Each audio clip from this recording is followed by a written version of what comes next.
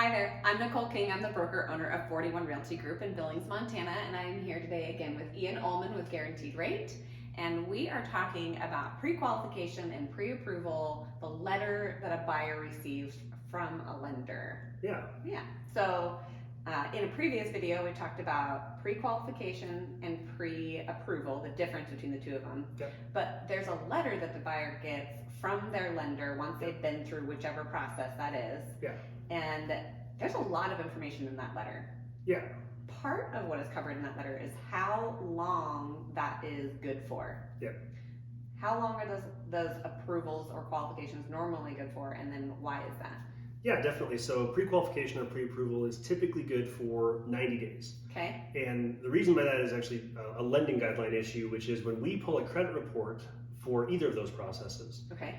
that credit report is usable in the mortgage space for 120 days.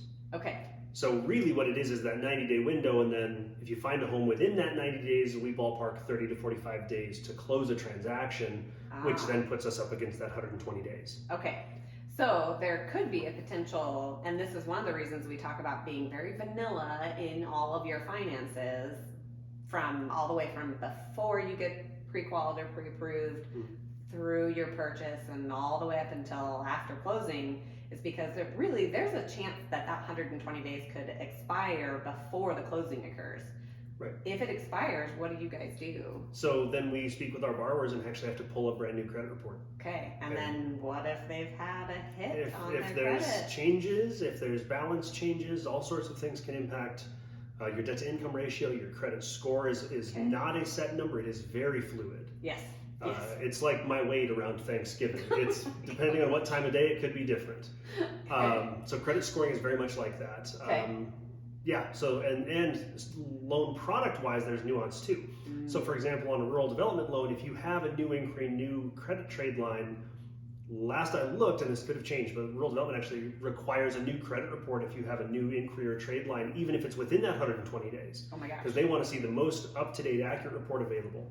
So there's those kinds of things where, again, talk with your lender, be sure that you're planning accordingly around your finances to get that everything done tied to your credit the right way through your transaction.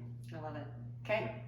All right, so if you're sitting down with your lender to start talking about home buying and you're getting a letter from them that says that you are qualified or approved for a certain amount for a certain period of time, be very aware of that time frame. Make sure you're staying in constant communication with your lender, with your real estate professional, whoever that is, and be just really sure that you are completely vanilla, as we like to say, in all of the things. So in another video, we're going to talk about how important that pre-approval and pre-qualification is and why. So stay tuned for the next video, and we'll talk to you then.